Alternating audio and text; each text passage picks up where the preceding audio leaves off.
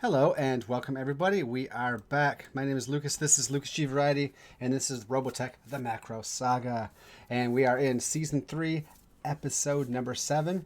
And this is our final season for Robotech. Of course, we have more Robotech coming down the road. Mike will tell you about that later on. But for the MACROSS saga, this will be it. Anyways, I'm Lucas. I'm here with my friends. Today is November the 9th, 2021. And I know it's 2 days away, but I want to just give a salute out to Veterans Day coming up in 2 days. Thank you, Dan, for serving in the Air Force. We appreciate you. And to all the veterans out there, past, present, and future, we salute you and thank you for protecting us in our great country. So, with that said, I'm going to go back to playing a nonsensical Air Force, not Air Force, but pilot, Veritech pilot that doesn't actually ever get to fly. He's been grounded and trapped in the worst hell a player can be trapped in, which is a man who likes to be a ladies' man, trapped with a bunch of ladies who don't like him. Anyway, it's true. It's Archie's hell. Anyways, Mike, I'm going to pass it over to you, and you can just take it away from here. I am Harukajunko, the Robotech Master for today, and welcome back everyone once again to another session of Robotech. Last session we left off with a couple of surprises. Turns out Oberta was evil, No and kidding. turns out that she had just been using Archie for her own gains, whatever those may be, and or just kind of messing with him. But as it stands now, Archie is left alone on their ship with many, many girls without Oberta. And besides that, though, over on the other ship, Alex Matz attempted to do some anti-spy work and found out the person he was spying on was actually a spy for the Zentradi and attempted to blow their brains out. It Didn't didn't work. work. And now he's basically on a forced double date with him, the captain, and two Zentradi officers. All well-being and a promised man. How dare Mm-hmm. he? You let her take your arm and everything. Oh, Minmay's not going to be happy. you man whore. Well, I didn't have much of a choice considering she could probably suplex me and crush my skull. Probably. It's the way to go. But Never an excuse. That's you. Don't Your guy's say- not a Marine. You don't say no to a woman who could kill you with very little effort. Yeah, well, I'm just yes, saying- you do, but you use a lot of effort to say it and where she'll accept it. mm-hmm. Dance, man, dance. Mike, I actually have one thing. Oh yeah. Because before Lucas always suspected, but Archie is dumb.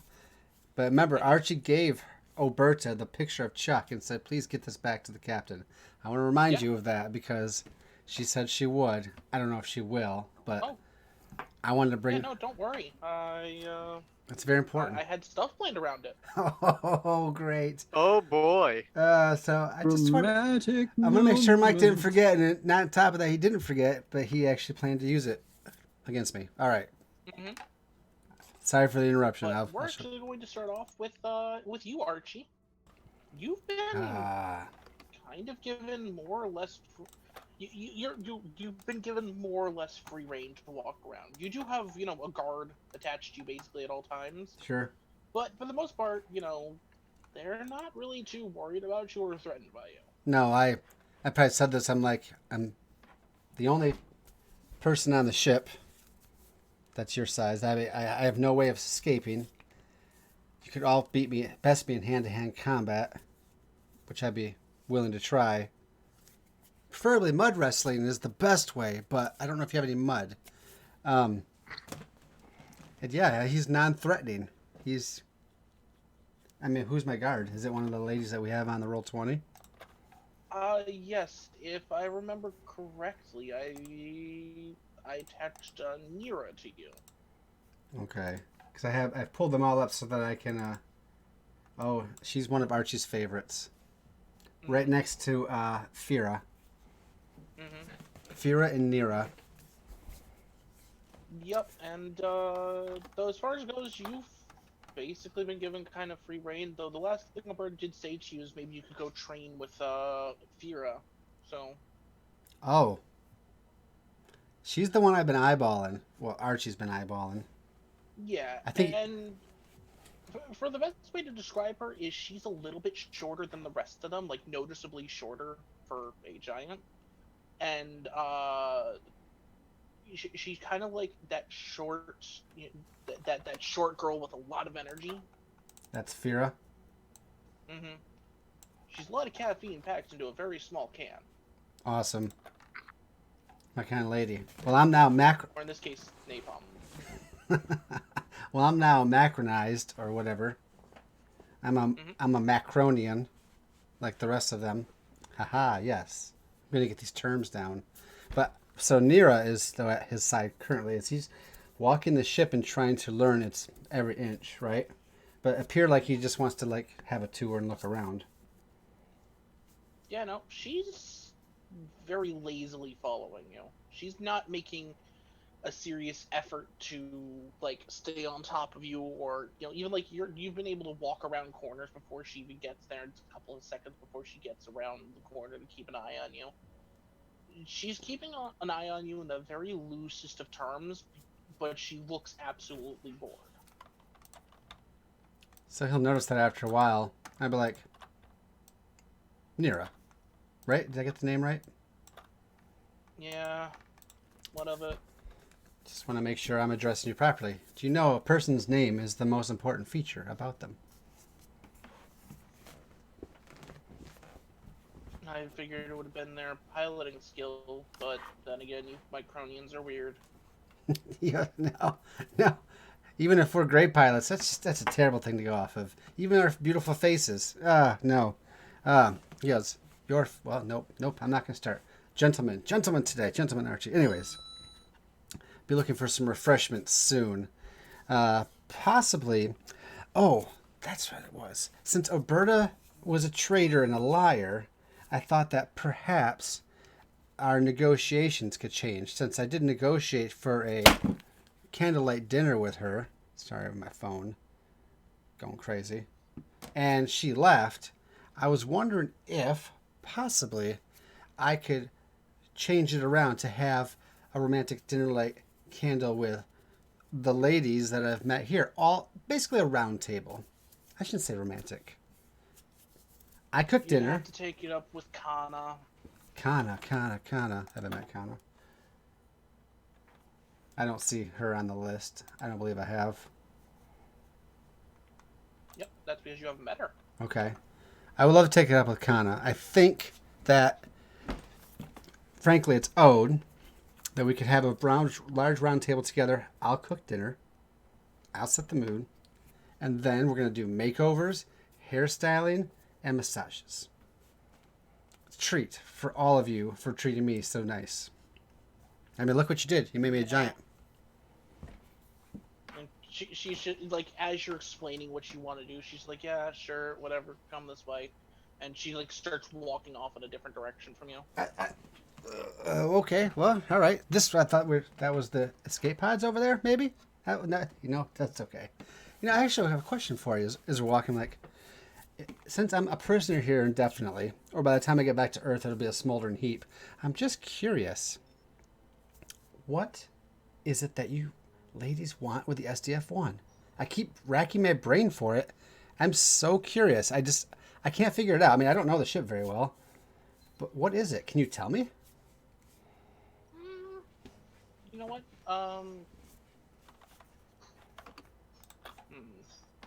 Give me a roll for that. You're trying to prise information out of her and, do it in a smooth way. Oh, well then I have to go with smooth method. And this is not gonna be a lot of. It's not gonna be a lot of dice though, because I feel like this is what goes with it, not because I want to get high dice. Yeah, because I'm not really in the combat, right? So I think smooth method. No. And maybe angelic grace. I could see both of those working. And that's only gonna be 5 dice out of my possible 7, but I think, like I said, that's. Yep, and I will give you a free edge for this. All right, what's that mean? Is it? That just means that you'll be rolling for 4, 5s, and 6s. Okay. I'm not going to burn. I forgot to see all of our bonus dice. I'm not going to. Ooh. I don't know if this is an important time to throw an extra bonus die in there.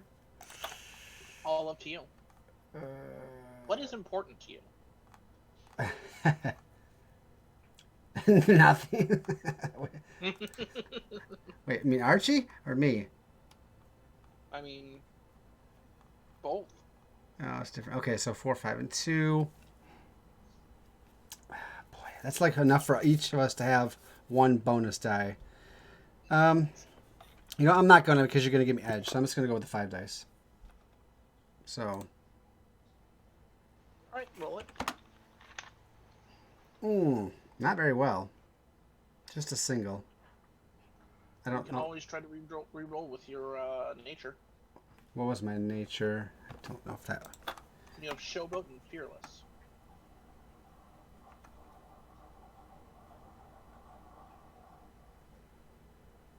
Yeah, I mean he's not afraid at this point. He has nothing to lose, right? Alright, that'll allow. So you can just re-roll the dice that did not succeed. Which is 4. So. Yep. So. Much better. 1, 2, 3, 4 total successes. Yep. So you ask the question, and she kind of sighs and turns around. What are you? You're really asking that? Yeah, I don't have any way to tell anybody. I mean, most of told Roberta, you know, when she was still a human. But I guess I'm just curious. Oh, go ahead. Sorry.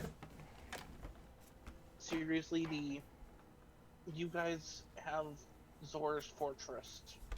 It's probably the most important thing right now in the galaxy, and why wouldn't we want it? It's got the protoculture matrix on it.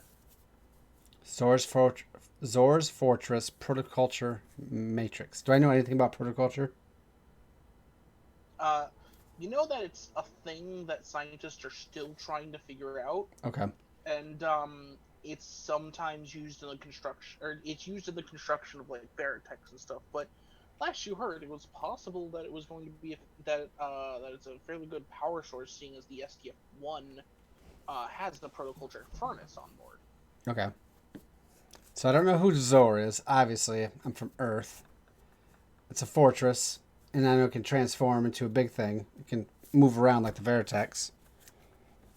Protoculture. Okay, so it's the most important thing in the galaxy. So, what's the point of having it? Is it so you can just conquer the world or conquer the universe? No, it's because we've been told to grab it. Okay, so your superiors want it. Yes. So they can conquer the universe. I don't know. I'm just out here for a fight. Well, I know exactly. Here because my entire life is the entire life of every Zentradi is made for war, and I will be the best. That's exactly what I'm getting at, though. You, men and women, right? Bred for war. That's all you. That's all you know. So obviously you want the most powerful. I mean, the men are more bred for dying. Okay, so that's true. Really, they just want to. Nope, that's praying mantis and human males. Never mind. He goes, so you're bred for war. That's all you know. That's all you care about. Let's say you win, and you keep winning. You get this most important thing in the universe, right? That you use as a weapon to conquer, or at least to keep yourself safe, right? This is what you're all about, from the top to bottom, right? And you, of course, the best warrior. But here's the thing. You get Zor's Fortress from us. Which I don't know if that's going to happen or not, but let's say you do. All right? Let's say we give it to you. And then you beat and you become the best warrior. And you conquer the entire universe. Let me ask you a question. What then? And she kind of looks at you with the bored look, but you notice it takes her a couple of seconds to kind of answer, kind of like she's thinking almost. And she just kind of shrugs like, I don't know. I don't know either. Once you hit the top, there's nowhere to go but down. Let's say you live for, I'm not sure how long you live for, but if you've won, what is there to do? When the war culture wins, what do you do with the leftovers? Do you just start killing each other? Or do you actually retire and have a good time? I only say this because Zentradi don't retire. The only way we retire is if we die. Okay. All right. That's a good point. That's exactly what I'm getting at. So, all right, that's the only way. So life, that's fun. That's like one half of life. Obviously, you study the human culture. I'm surprised you haven't adapted some of it already, because our culture is, yes, war, but we fight for peace. So when you have the peace, that's when you truly get to enjoy life. I know that doesn't seem, it probably seems like a foreign concept to you, but coming from someone who's experienced both, that's me. I know that She'll there's. kind of Good. she kind of thinks for a second and goes, "We do fight for peace for the Robotech masters, so they can enjoy life.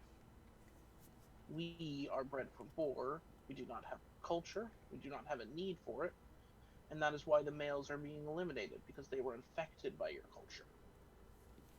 Maybe they, maybe they were not infected. Maybe they were freed. I mean, you're a slave. Much like all those little miniature versions of the aliens and different races that I was kept with in that room. That's really what you are. You don't have to be. You allow yourself to be. She'll kind of turn to you and, like, at this point, kind of shove you against the wall, and she just goes, "Call me whatever you want, but I will not be judged by a Micronian who, by all standards, is a very poor pilot and can't even protect himself or those around him." I've done pretty good up until this point. He goes, I know you're taking your anger out on me. It's only because I hit a nerve because I speak the truth. And he goes, by the way, your hands are very soft. Why do you care about how soft my hands are? So, this is a tear thing of, because before I became airline pilot, and he tries to slowly like take her hands off his shoulders, maybe, but like turn them around so he's holding them, like this, on each side. She kind of sees you're doing this, but knows that if she really wanted to, she could just break your hand. So she kind of allows this. I feel like she could rip my arms out of my sockets and beat me to death Probably. with both of them. Not the worst death. But he's like, before I became Air Force pilot, I was going to go into cosmetology school with a side major and in masseuse, as a masseuse, which is massaging. So know all the workings of how to look good, how to feel good, and how to enjoy life. And then he's like holding her hands. He's like, as I was telling you, if you let me, ladies, I can show you the lighter side of life and how you can actually enjoy living when you're not making war. She just kind of looks at you at this point, and her demeanor hasn't changed, but it's kind of obvious that something is kind of... It's like a gear's getting stuck in the back of her head. And she just kind of sighs and like takes her hands out of yours and goes, "Fine, let's go to Kana and see what she says." Sure. Sounds good to me. I appreciate you having a conversation without breaking my collarbone. You're lucky for that. Sorry, I'm laughing, not her. I had one more question for her, though, but I think maybe I'll wait and save that for, like, the next phase for Kana, or whatever it is. Okay. So I don't know if we're... It took a lot of me thinking. Anyways, Luke doesn't like to think also, when he's to your gaming. question of wrestling, we do train in hand-to-hand combat, though we do prefer, our other form of training is called Vlork Ball. What's that? Is that a sport? That sounds fun. What is it? It's a training regime where and she kind of points down to a room where it looks like they kind of just store some random stuff into it. Uh-huh. And you see this ball, like, it looks almost like a volleyball almost, but with spikes on it. Awesome. Not awesome in real life. Horrible probably in real life, but like from the outside looking in. We train and practice with these against each other to train our physical abilities, and well, those who are shown as poor before trainees will get injured. Or die. It's happened. Excellent. Maybe I'd like to watch this or even participate at some point. I was suggested to do some training with you. Wouldn't mind keep Yes. my physical prowess up, you know. Got to stay in good shape for the end of the world. Yeah, no, at this point she starts leading you to Kana. At this point, I'm going to switch back over to the captain, which... Sounds Captain, where have you been leading your two wonderful guests? I'm sorry. Oh, you were talking to me? Yeah, I was talking to you. Where are you leading your two wonderful guests who are, Oh, on the you tour. know... Let's see. Let me think here. I totally forgot my original plan because it's been so long. Let's say we came in on one of the random hangar bays, which is the arm. So I guess we'll go through a visit of the town. All right. Yeah, walking through the town to head towards an engineering type area. Toward this more than I'm assuming more to the center where the original mass was. Yeah, so you start taking them down through like the central town and basically kind of showing it off, and for the most part, Sistine seems fine on your arm. She's just happy to kind of hang off of you, Alex. She seems to be taking full advantage of your annoying situation, just kind of like got you by the arm and holding tight. She's definitely rubbing it in a little bit. She's like, haha, I've won. Yeah, told you. Yeah. So as he's going along, the captain's literally just like, and it took the civilians less than a full day to reassemble this area after the last encounter with the name of the original group. When we had to transform the ship into its battle mode, and yeah, a few hundred people possibly died, but we made it through. The civilians are resilient for like that. They even during one of our previous wars, people just like these were able to survive despite the fact that their entire hometown was razed to the ground, and yet the next day they came back and started rebuilding almost instantly. He's just saying it like he's obviously trying to say that, you know, you bomb us, we will just kind of crawl back out from the dirt if we need to, but he's trying to make it to like, and over there, yeah, that was the arcade. It's currently closed because I kicked everybody off the ship because we were coming out here to meet you, but some didn't listen, and they're still there. And he looks over his shoulder at Matt. Yeah, no, and the two of you, like the four of you guys, are drawing some attention, but Oberta just kind of, she seems to be reveling in people watching you guys, but she just nods and goes, if you were this resilient, then I'm surprised that most of these people have not been pressed into service in the form of military service. Oh, we did that once upon a time, but without genetic engineering, such a thing isn't or wasn't stable. And the regimes that run those type of operations, well, they're, for lack of a real better word, their battle slaves would turn on them eventually and kill them. Well, so we stopped doing it. That's when you kill the old slaves and replace the new ones. We were, in that case, we had child soldiers that were even turning on their masters. It wasn't common. We learned pretty quickly that it didn't work with our species simply because despite how what was the words? We fight for peace and we fight to keep peace, but we spend the whole time fighting, I think is something someone said one time. We're weird like that. That's one of our little foibles. We always want to be peaceful, but there's always somebody that wants to be in control that isn't, and will use force to try to take it. So it's taken several generations to get past that point, and I literally just got finished with one a few years ago. To be honest, I can't see the need for becoming peaceful. I mean, what's there to do then? Nothing. Well, he just said, let me think here. Your culture is primarily built on war, correct? You get a target, you take it out, and you just move on to the next one, I'm assuming. To the basics description of it, yes. Okay. So what we do now. We originally were like that very much. We had fiefdoms and small grant bands that just waged war to wage war. But we found that by genetic disposition or perhaps just luck on our part, we're very social creatures. We do better in large groups.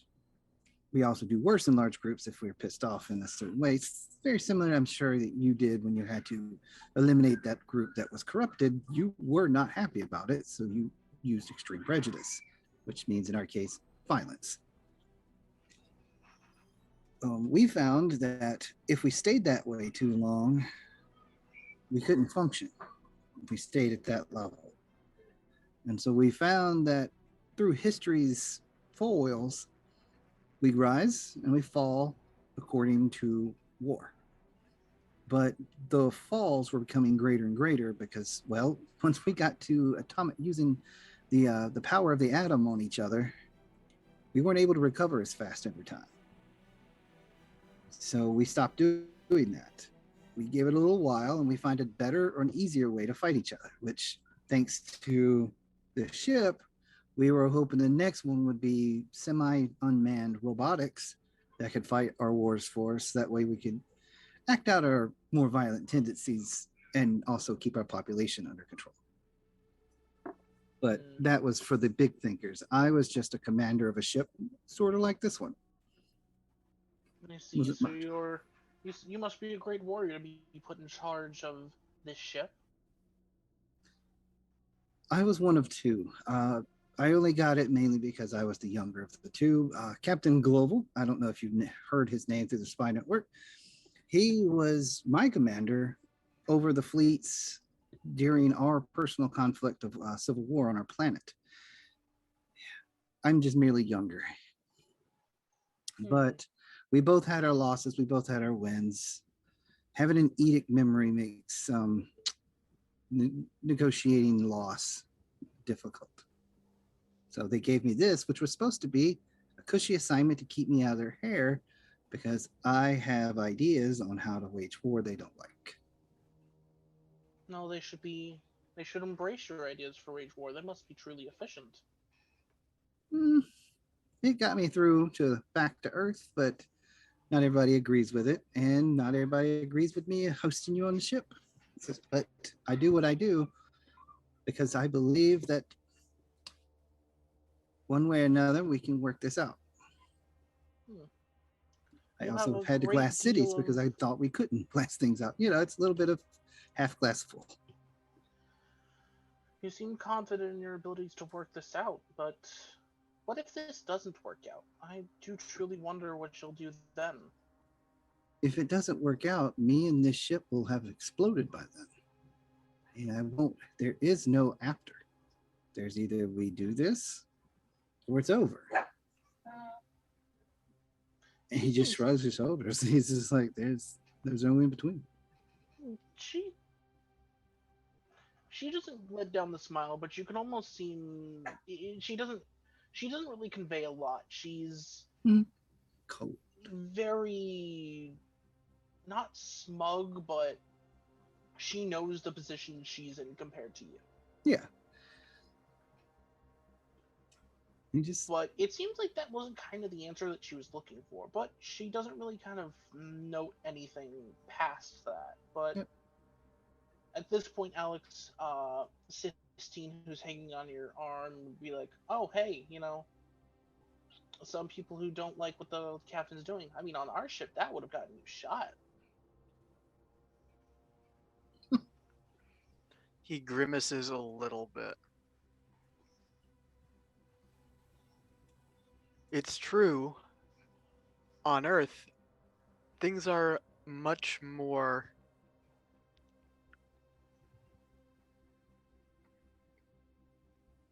open to different points of view.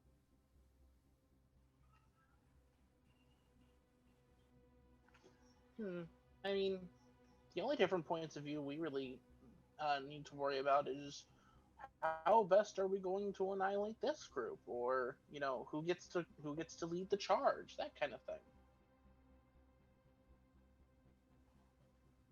No, unfortunately, we don't have all the fun snacks you guys do. I think you may miss out on a lot more than that, if I'm understanding your culture correctly, or perhaps lack thereof. Hmm. She kind of shrugs, like, I don't know. I've only been around here for since you guys took off from Earth. And it's at this point that the captain overheard seems to remember something. Oh, and she kind of reaches into her jacket pocket and pulls out a picture and hands it to you. And if I remember correctly, Lucas, it was a picture of Archie and Archie and Silverworth, correct? Archie and Chuck. Yep. Yeah, I Or was. Archie and I think you said it was back in like pilot school or something, maybe. Yeah, it was right after you guys had graduated pilot school. It's still And- obviously them.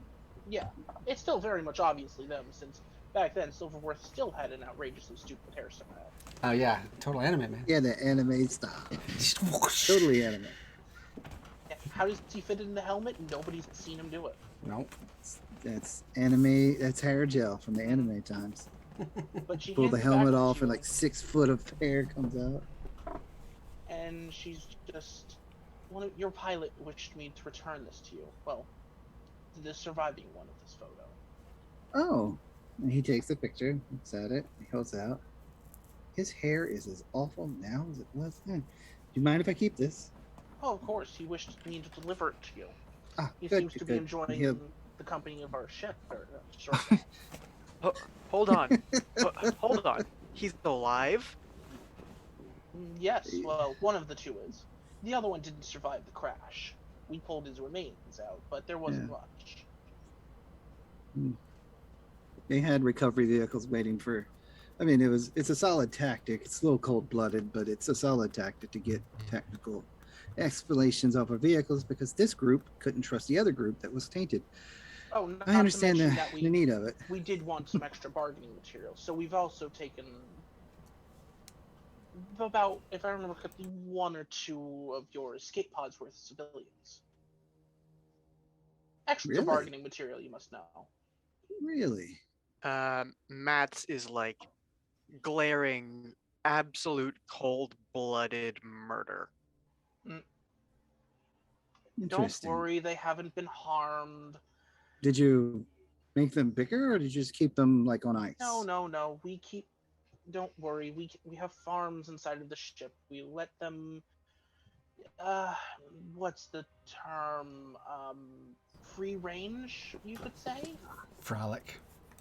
You kind of just let them loose and told them they can't leave. So prisoners. Oh, yes. Farm prisoners. Okay. I make sure to collect a bit of every species or a bit from every planet that we're told to annihilate. Of course. I used to keep shrapnel from particularly valiant foes on their vehicles. It's a macabre but very needed practice for some captains to basically work through the issues with doing all their damage on their foes. And which one survived? Mm-hmm. The I blah. figure the best way to make sure that you remember your foes is to keep a few of them around, if you know what I mean. Cold-blooded, but considering you're a warrior culture, I'm not too awful surprised. I'm taken aback, yes, which I assume you intended to do by revealing this now. Oh yes. In fact, I think his name was Archibald, has been rather caring even to his enemies. He's not caring. He is. Let me say how your culture would do it. He's a prolific want-to breeder. Ah, he's one of those. Yes, that's his. He's an amazing pilot. He was one of what I called my scalpel squadron / silver squadron because he and his group was the most skilled of pilots I could have in one place and not have them farmed out as squad leaders themselves. He had the highest success rate against your male counterparts. He also took the most damage. He literally had a plane shot out of him nearly every other mission because he would push himself beyond the limits of his technology. But though he is alive is good, and I am not surprised he is attempting to flirt and find his way into the pants or whatever non-Earth style uniform you wear. He's a good man at heart, but his head's sometimes in the wrong place. Oh, but you should have seen it. I decided just to see how your people react when stuck in a certain situation, so I had myself shrunk down. And I was going to ask how you did that, but mm, it's, let's call it a secret trick for later. that's fine. That's fine. I mean, it can be done, and that's all I needed to know. It can be done. Yes. And I introduced myself into a cell, posing as a member of your Robotech defense forces who had been captured. Yes, that would be hard to not believe since you were on Earth long enough to have snatched up anything. That makes sense. And I'll admit we mainly toyed around with him, see how just to see how emotional he was. But if anything, I was surprised by the lack of how upset he. I was surprised by how it didn't really bother him that when I told him that I was his enemy, one that had possibly led to the death of many more of his friends. Well, think of it like this. You have a shelf, and he points like to some random wall. You got that shelf over there. Now, in our culture, we're taught to be peaceful. That's the top shelf. And underneath that shelf is our minds. And on that shelf is also war. And in many different little cubicles of little spots on that shelf, we store things temporarily. If you were both in Veritex, or in my case, my people, Veritex, in your case, I believe pods or something like that. I remember being mentioned something pods. But anyway, if you were opposite each other in the battlefield, he would have instantly displayed anger and attacked you. But for direct action, he put that anger into another box to be used later. I believe it's called compartmentalization. That's the one thing about having the times of peace is we have give people times to come up with names for things that we don't have time on the battlefield for. It's a version of a perk. It's an interesting, if nothing else, ability of you Micronians. Though, and she'll kind of look back over to Alex Matz at this point. Seems at least you are fairly attached to that Archibald. Seeing as the way you reacted. And what if I am? No, it's just another observation I like to make. They flew together, of course. Alex taught him. Alex and my boy Alex there, and Archie were two of my best. Until Alex decided he wanted to pursue another career path. Simple as that. He saw the damage he was doing on your, again, male counterparts, and he'd rather serve the ship in a different capacity. Again, we promote those who promote themselves, and he promoted himself as a person of communications qualities. So we embraced it. We needed it. We weren't a full crew upon leaving Earth in the very first place, nor the second time. So sometimes there adapt and overcome. There can often be more ways to solve a problem than violence. Oh, yes. Very true. At the same time, though, I just have to...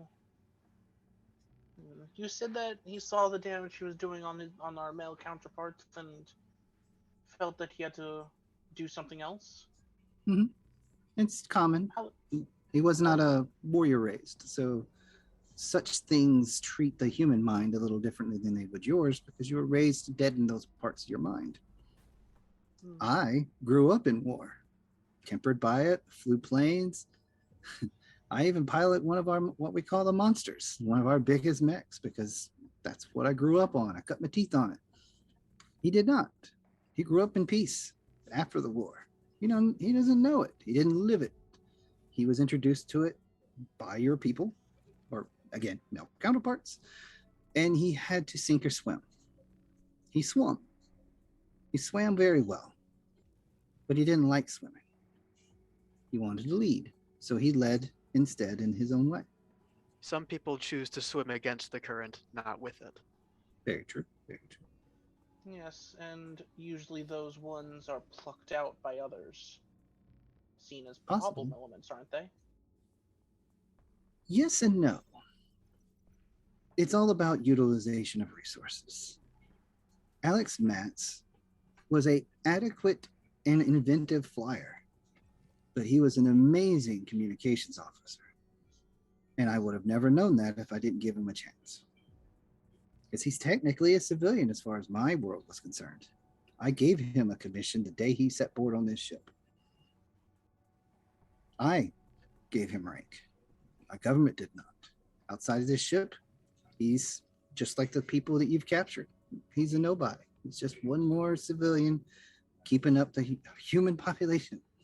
But on board this ship, he's Alex Matz, one of my trusted officers and one of the best pilots we have right now. She seems interested in what you've been telling her about Alex Matz, and Alex, you're getting kind of this creepy vibe of she's very interested in. Yeah, no. He's giving her the full, what it, like in his head, he's sort of like giving her the full, what does she want? What is she doing treatment. Mm-hmm. So, like, it's definitely one of those things of she's asking a lot of questions. like, is there any pattern I can discern, or is it totally seem inscrutable to me? I'll let you roll for it. I hope you're going to roll for it. I'm trying to keep her talking to me so you can do rolling. I'm going to say...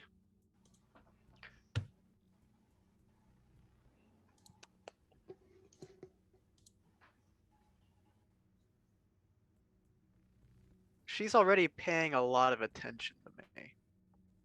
I wonder if I could... No. Star quality's benefit is guile, but that's for misdirecting others, not seeing through them. Yeah, I'd say if you have a counter position. I do have a counter position. That's a good one.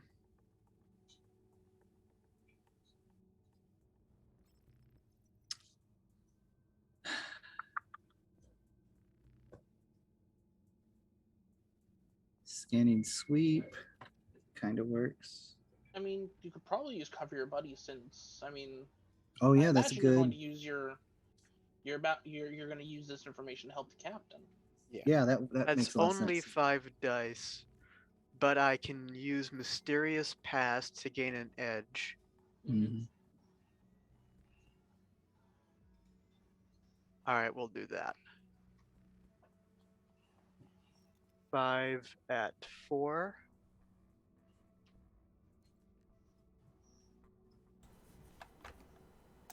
And I am not in my... I am in my element. Do you need a +2? For mysterious, so you'll be at 4. Yeah. You have some dice added too, so you can add some dice. Yeah, you could do a +2 on there if you need, if it's important. All right, let's do a +2 dice. So 7 dice at 4. Let's see what happens. Surprisingly, I don't have many skills for this. It's 4. Looks like 4 successes. Yep. I can't utilize my nature to reroll though, so that's what we got. Yep. So, yeah, as you're kind of thinking and picking this apart, she seems overly interested less in the grand scheme of the picture right now, and more interested in the individual pieces. Like she's trying to figure you out. And figure me out or figure the crew out? Namely you two right now. Seems she doesn't have a greater concern or care for the We're rest. acting weird. Yeah. We should be either directly- kowtowing to her or threatening her, and we're doing neither. We're acting outside of her understanding. Yeah. She's it seems curiosity is a heavy thing for her. And though that is not to say that it does not have a darker, or rather another She's trying. reason for being there, she's Yes. definitely curious for some reason, be it good or bad. All right. Don't have much of a plan right now, but I'm just gonna start talking a little bit to give the captain some time to think. Uh, Alright.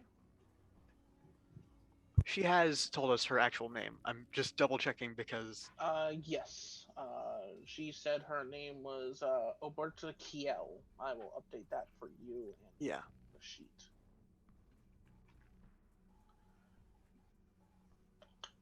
you know, uh, Miss Kiel, you seem awfully curious.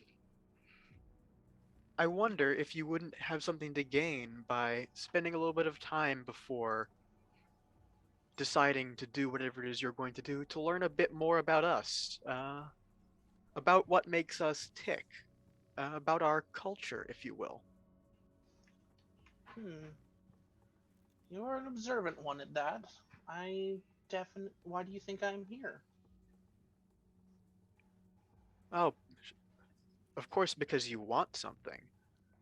Oh, that is one of the goals, yes. But I I very much prefer to figure out who I'm dealing with. It's much more personal that way, much more Satisfying. versus you. Satisfying? Oh, Me and Matt say it at the same time. We're both Satisfying. smirking. Satisfying. oh yes. I must admit there is a little bit of a pleasure at watching someone you figured out down to the T break before you and then be turned to dust.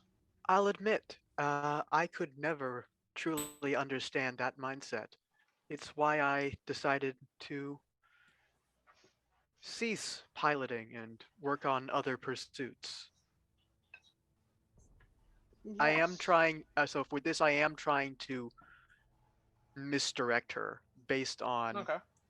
because as far as I know, uh, what her name, Sissy, had not had time to report to Alberta since I pulled a gun and confirmed her suspicions.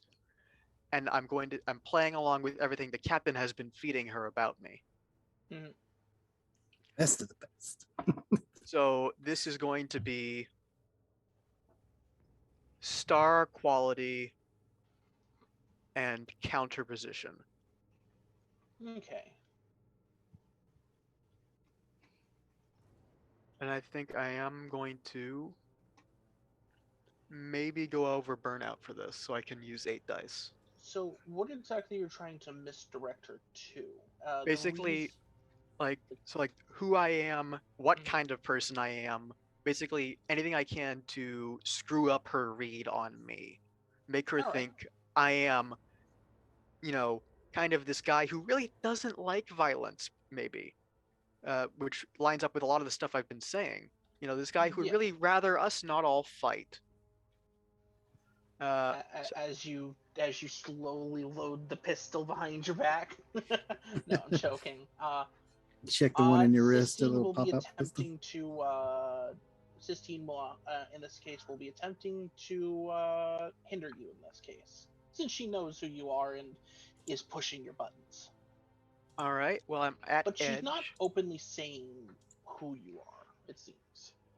I'm at edge already because I'm Okay. utilizing my mysterious past and my powers of misdirection. I Hmm. wonder, have I gotten so familiar with this persona that I can copycat it? I'll say yes. I will allow that. I'll allow That it. that puts me at advantage, and I wonder if this would be a good time to utilize Lion's Roar and use one of my 2 heroic moves to resist Sistine's attempts to push my buttons and hinder me. Wow. In that case, I'll allow you to knock her down one on the edge advantage chart. All right, that sounds good to me. So she'll be going back down to nominal for this. Nice 8 combination of dice. stuff. Yep. 8 dice at 4 with exploding 5s and 6s. Mm-hmm. Explosions. It's like the game is made about that. 1, Ooh. 2, 3, 4, 5, 6. And Can you re-roll? I'm putting on a show. I think this would be How in would my you showboat? yeah. Yes. So it's what? So One, that's 2. 4 rerolls? 4 more. Yes. Yep. So it's Six. Trying to really lean into this character right now. 1, 2, 3. 4 more successes. That's So 10. that's 10 All right. successes. Nice work, sir. Nice work. So you put up, you start putting this up and kind of convincing and kind of throwing off her read a little bit. And Sistine at this point, goes, "Oh, that's what he says right now." And do you do something like interrupt her or something like that? Throw her completely off her game? I want to, but I can't think of any quip off the top of my head. Doesn't that be equipped? Could be something. Oh, you know what'd be funny? I bet this would really throw her. This would be absolutely hilarious. I don't know if it'll work.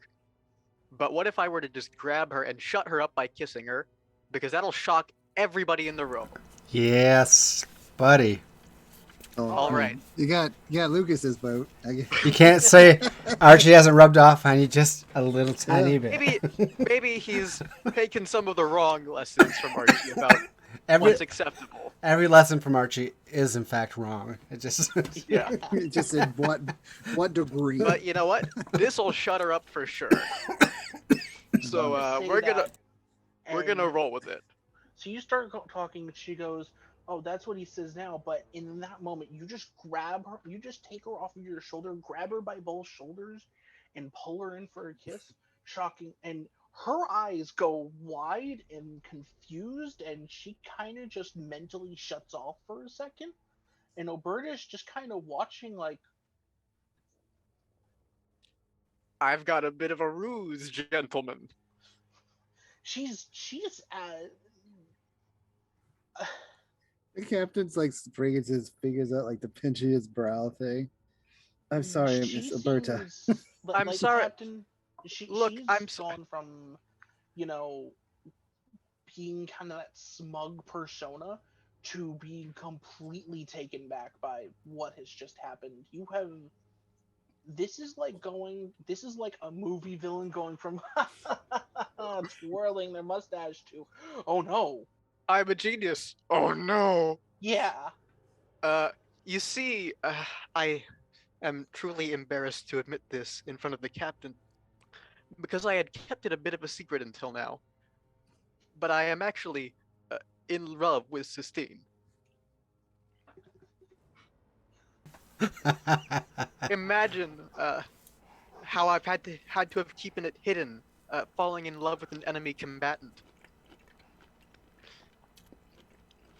Sistine is like, does not Blue shut down. Street of Death. Yeah, the eyes just glaze over and everything as she's trying to process this, as Oberta's just kind of like,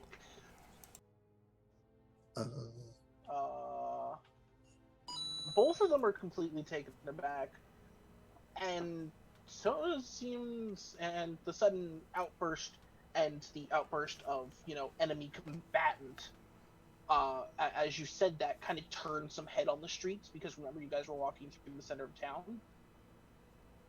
I mean, he didn't say it super loud.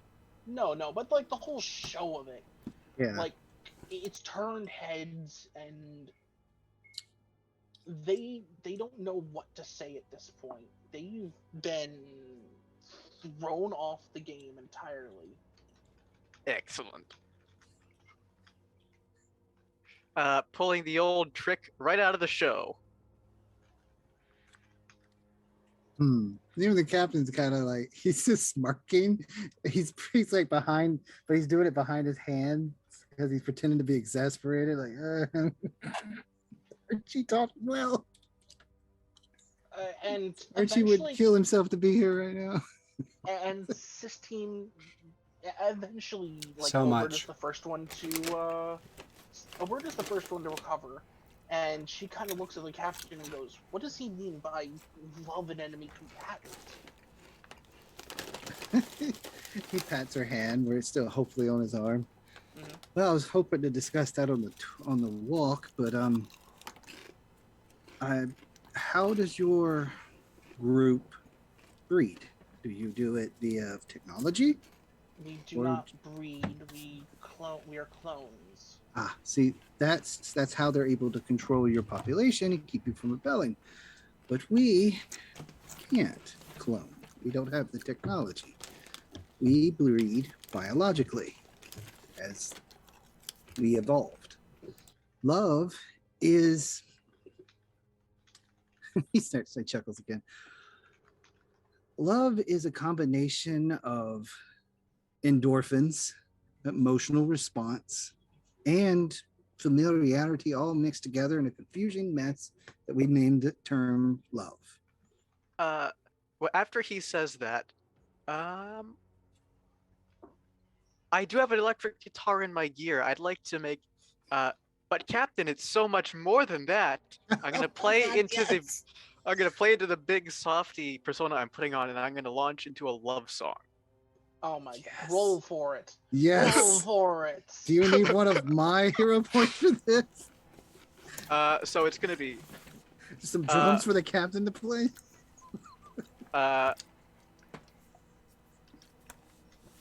What is love?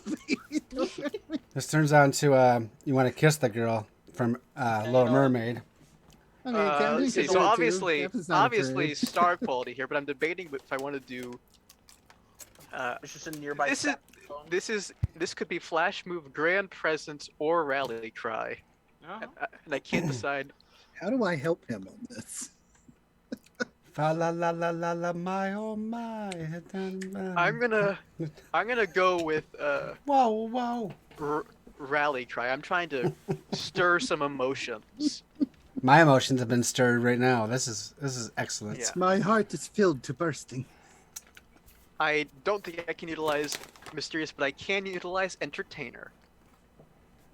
Mike, I think Mike is also being like a Zentradi. He's trying to figure out how to compute this. What He's the hell like, just happened here? I know I'm having to go on to the Google real quick. My perfectly planned session. Oh no! I've been sitting here waiting for you guys to do this. Why do you think I introduced them? So Because this makes it a lot less awkward for you guys to do it. all right. So target number, I believe, is 4 because I'm at edge utilizing entertainer.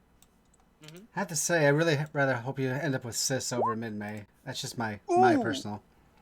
That is 7 successes, and I can no. I can utilize Showboat if I want to succeed even harder. Do I want to succeed even harder? Yes.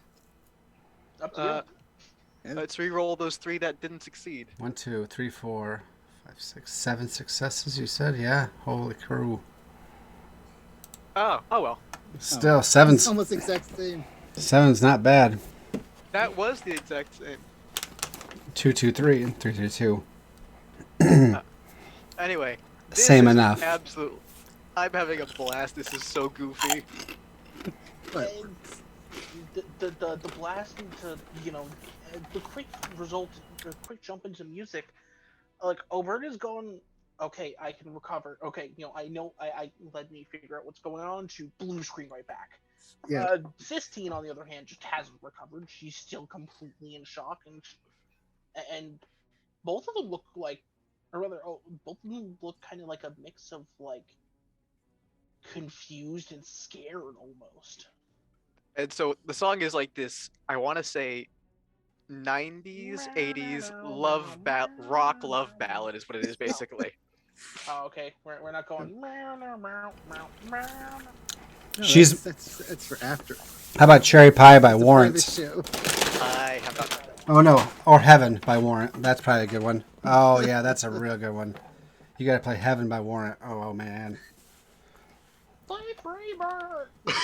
Oh, gosh. That's me in the background with the lighter. I'm And sorry, your whiskey officer. flask. I'm sorry, officer. The speed limit of light does not apply during the guitar solo in Freebird. Oh my goodness. Oh, this ship can go so much faster than Freebird.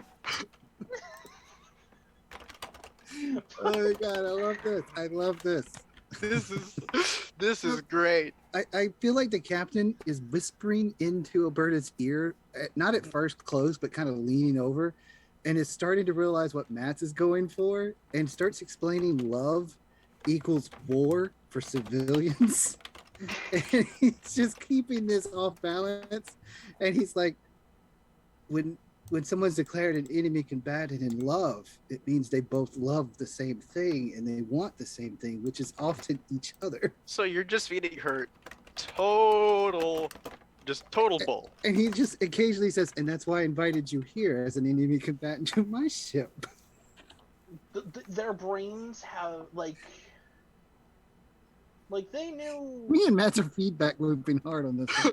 Yeah, like the role you've done, really kind of cemented it in, especially because they have been trying to keep themselves away from your culture, but yet seemed interested in it, at least a They've little touched bit. enough to know some concepts, but not this depth. So they weren't ready for it. No, they weren't ready for any of this because none of this. Nothing can prepare them for this.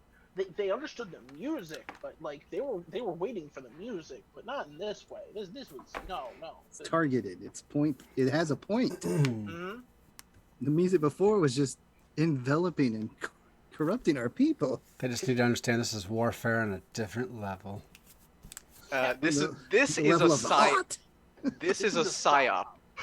This is total psyop. This is Captain love. will roll with it though. Captain loves it. He loves this already. And It's not at warfare, this it's love point- fair. Oh my god, guys, wait a minute. This episode is a musical. Yeah. God no. Yes! Yes, it is! We must write this together and perform it live. But, Now Mike is Captain Mike throws is his blue hat screened. Okay. So Archie's Yeah. song is the very image of a modern ace pilot. Very immature. Oh boy. It's fast. It's crazy. I love it. Oh wait, no, a modern Playboy pilot. Okay. That's the same number of syllables, I Modern- think. Well, that's absolutely perfect. He's a modern. I'm gonna have to look. but, I start. eventually Oprah just I'm kind of gonna like start rewriting turns to lyrics. the captain a little bit and proceeds to go.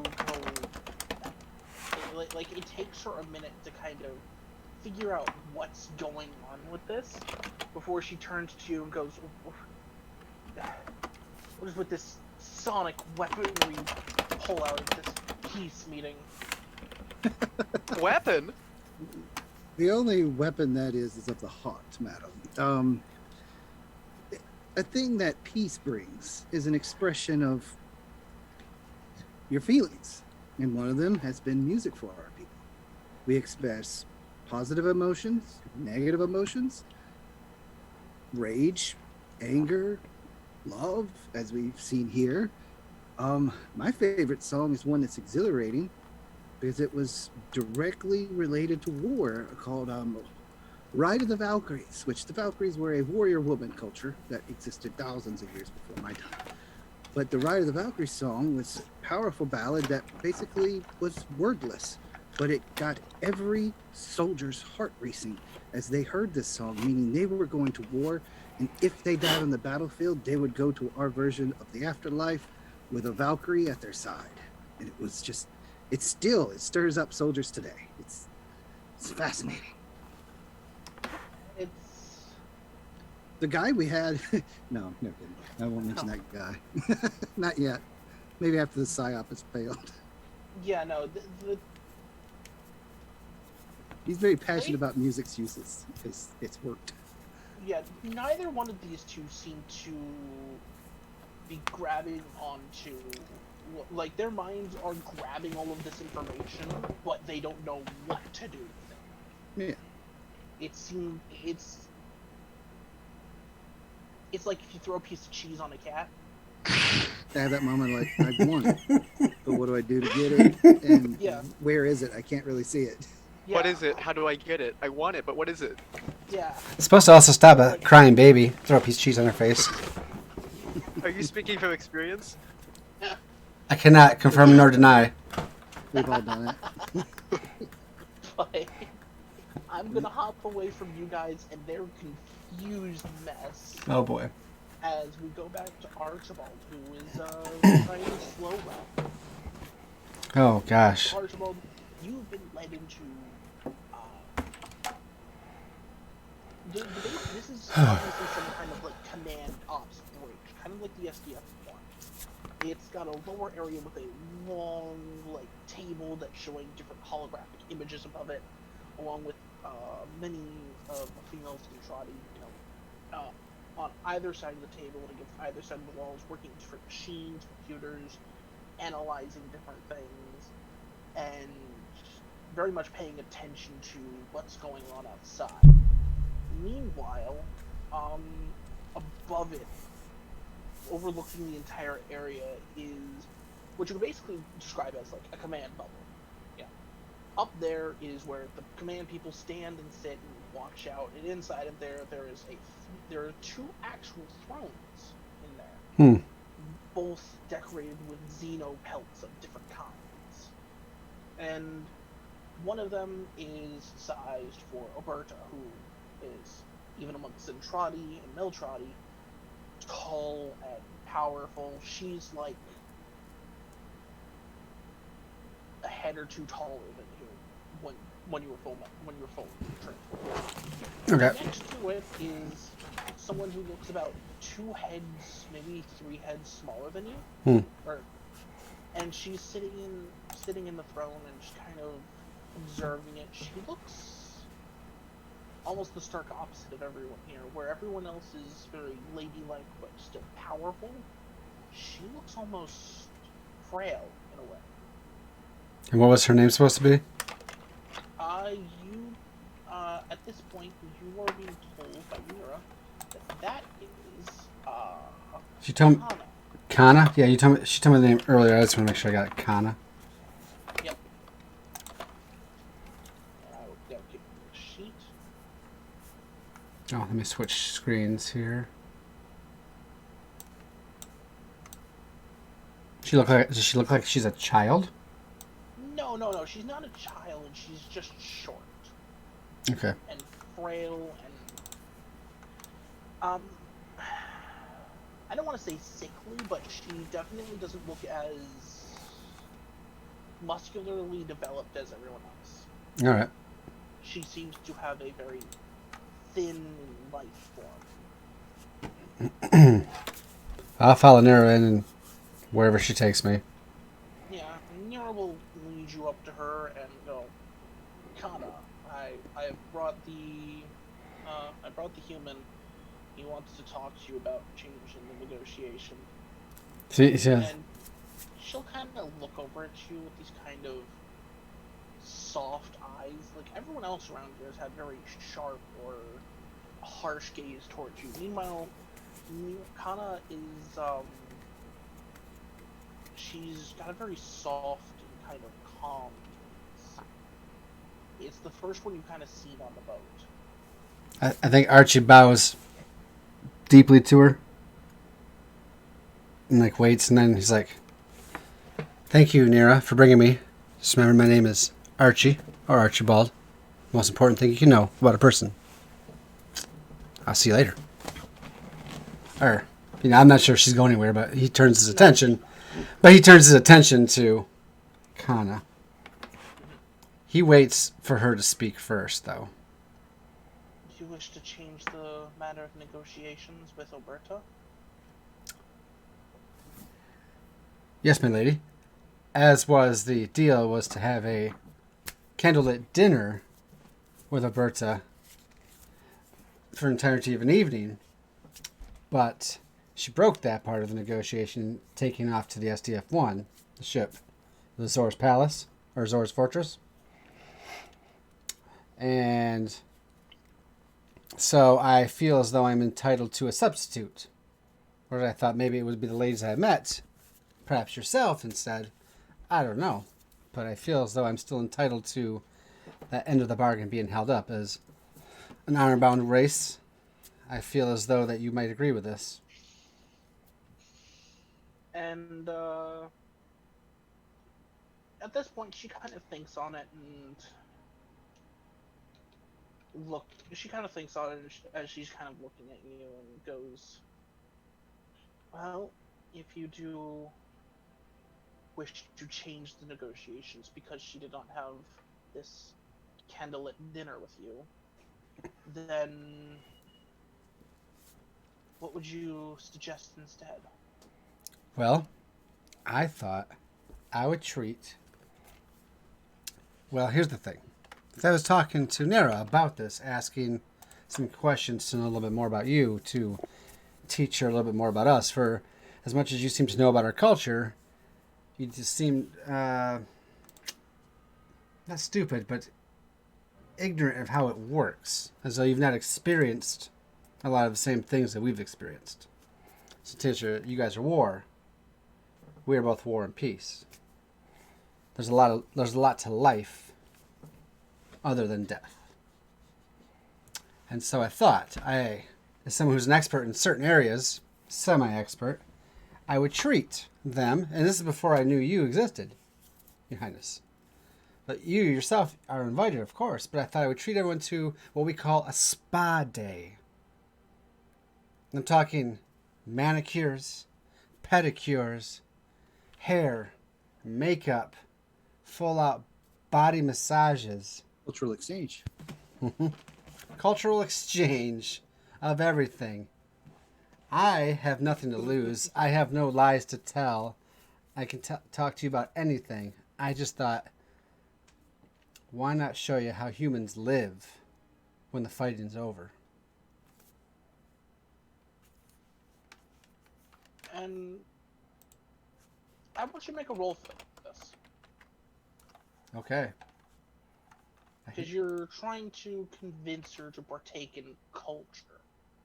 That's true. It's deadly. Well, it can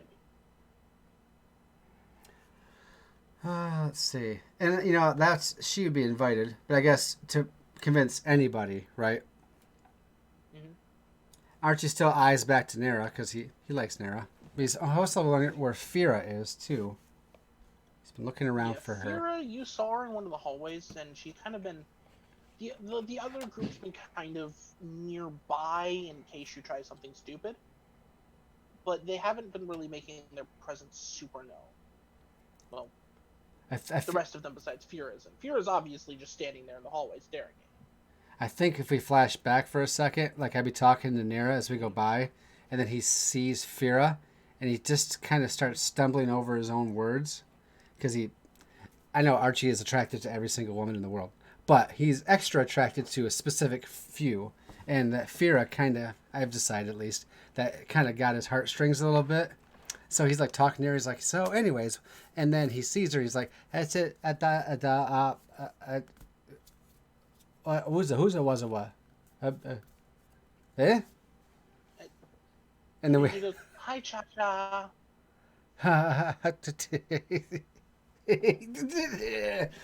He has to like keep walking like ahead to like get away from her, and he's like, what the hell just happened?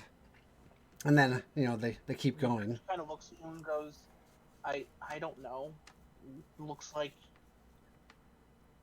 I don't know. I don't know why you got, maybe her stupidity is getting to you. I think it was her cuteness, but I'm trying to be a gentleman, so I won't talk about it anymore. Well, just so you know, Cha-Chas are small pests that come around.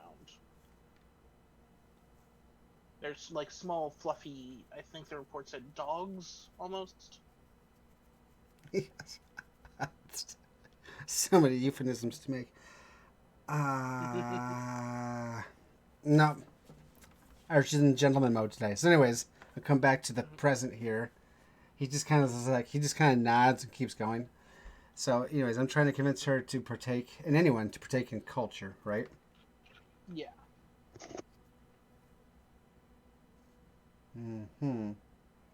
Well, I haven't used. This is what I'll give you an edge for this, just base. and that's where I can roll. That'll be 4 5s and 6s. Okay. I think I use Adept Negotiator because that's actually the skill I just bought with our last level up, and I actually wanted to use it. That's why I took it. Okay. I'm not sure if. So what are you giving up for that? Because Adept Negotiator specifically says it's a compromise.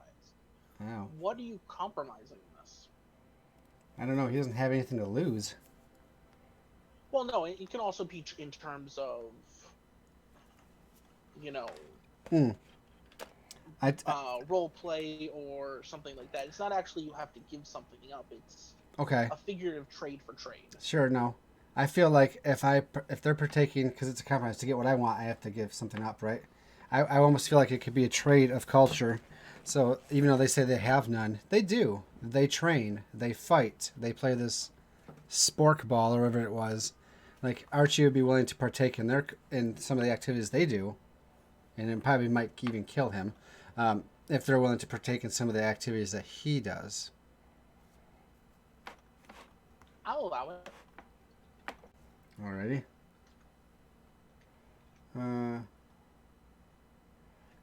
That's 3 on that one. Doesn't get you very far. Smooth. I guess smooth method. I don't know.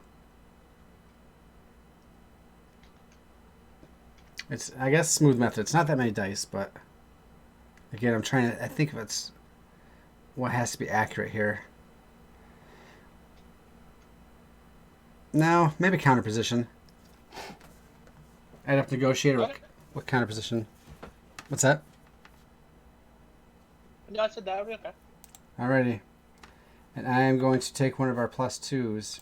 I think this is important here. So I have 6 dice, so that'll make it 8 dice with a target number of 4. Correct? Yep. Alrighty. Come on. Why is it not rolling dice? Still says rolling dice. There it is. 1, 2, 3, 4, 5, 6. 1, 2, 3, 4, 5, 6. Yep. Are you in your nature at all? That's what I was just starting to think about. You know what? I'd let Showboat fit into this. Yeah, and I'm not being showboaty with my physical, like, right now. More like... You're showboating your skills language and such, and your language. Yep. Yeah, remember, these are social and mechanical. So. Yep. That's what I was trying to get at. That's what I was thinking. So 1, 2, 4 dice to reroll. 1, 2, 3, 4. So 5, 6, 7, 8, 9, 10 total. Yeah. Possibly my best roll ever. Good job. Thank you. She takes a few minutes. Thinks on this before going. If that is your wish, then we will do this spa day as you suggest. I will only allow those who are willing to join you, though. As such, you will be you will need to, as a fair trade for this last minute deal change. You will need to experience some of what we do on this ship too afterwards. Your Grace, I absolutely accept, and I would never ask anyone to do anything against their will. But I most definitely would be as much interested in learning about your activities as I am as excited to have you learn about ours. I'm appealing to, and I have, like I said, nothing to lose. I have nothing to gain. I will just tell you the truth openly.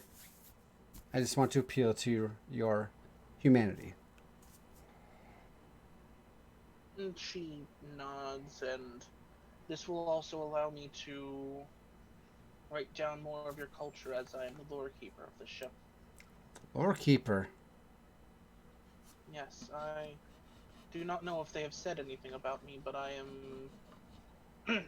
am Kana Tyrell. I am the lore keeper and advisor on this ship. Hi. As you may or may not know, I'm Second Lieutenant Archibald Serworth III, pretty much a nobody, and I'm honored to meet you. I'm always... Nobody or not, it does take it would seem that you have a fair deal of courage to even attempt this, seeing as Oberta, if she wishes it, could have everything you know destroyed. Yeah, I realize it's, like I said, I have nothing to lose except for, well, my home planet and all of those I love, but it's really out of my hands. So now it's just me and, well, I don't want to be rude. It's just me. And she'll just nod and be like,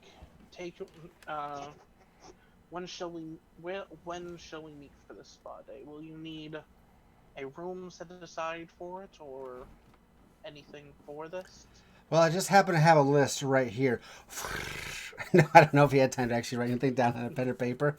But No, obviously he keeps it on him at all times. he goes, I know he's got all of the stuff on him already. I feel like between the Never leave home without.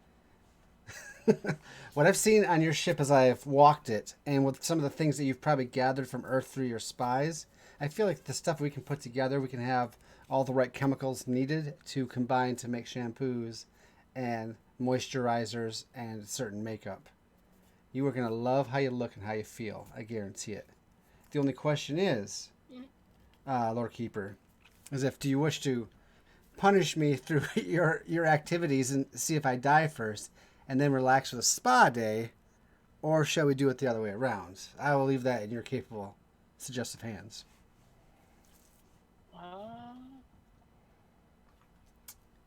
I really don't want to die. High or low? High or low, Lucas? I'm always out with the highs. Thank you, Half Baked. Okay, so they're gonna try and kill you first. Yay! So she goes, you will train with us first to see, so we can see just what kind of person you are. These may injure you or even cripple you. So So if you wish to carry out the rest of your ordeal, make sure that you do survive.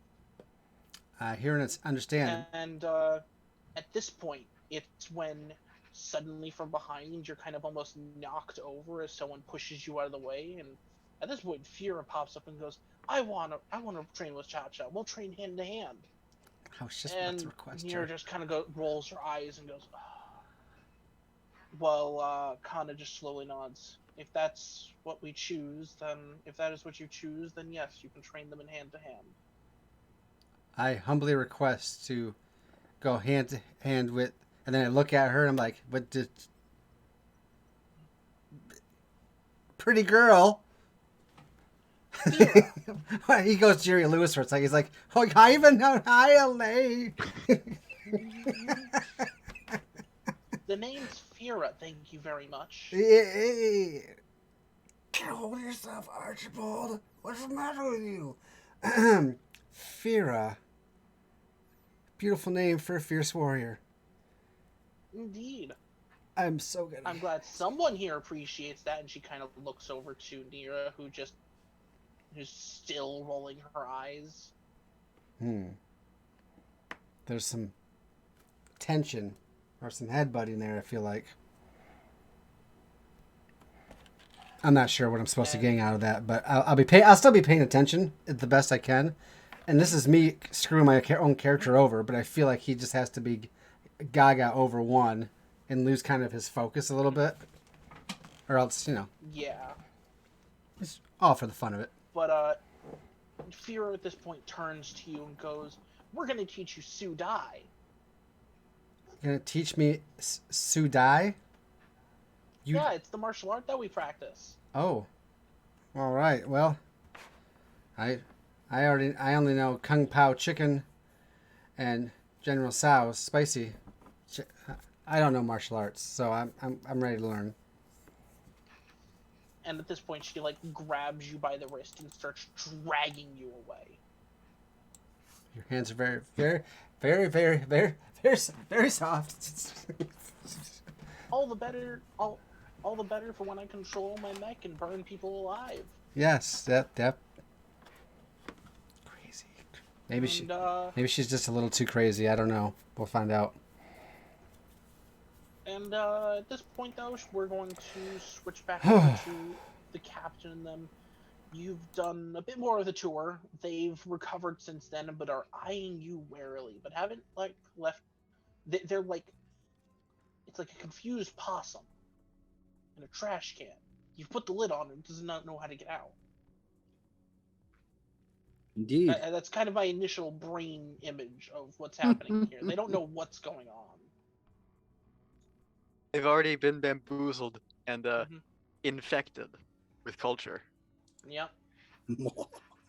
It is But- too late. At this point, you guys have, so you've like taken them through the city and gotten them through some of the engineering areas and kind of showed those off. Was there any kind of big place you wanted to take them, or? Before the musical note, I was going to take him to visit the giant man we had in the ship, but I don't think that's appropriate now. Clearly, we need to show them stuff that's culturally like the park and the concert hall. Theater. Movie theater. Yes, that sounds great. Ah, yes, the movie Okay. theater. A romance comedy. So, what is like the one? There's this one classic movie I remember they used for stuff like this. Clearly, it's got to be some black and white film. Yeah. Yeah, obviously. Gone with the Wind. What genre are you thinking of? Just something that's really, really classic. What's the one with Rosebud? That's a horror. No. No. No, it was. I know what you're talking about. Oh, I should know the name of this. Google. Citizen Kane, 1941. Yeah. Okay. Yeah. Something that will really stir the soul. If they want to, if they want to beat us, they'll have to understand us. And what better way to understand us than to view our works of art?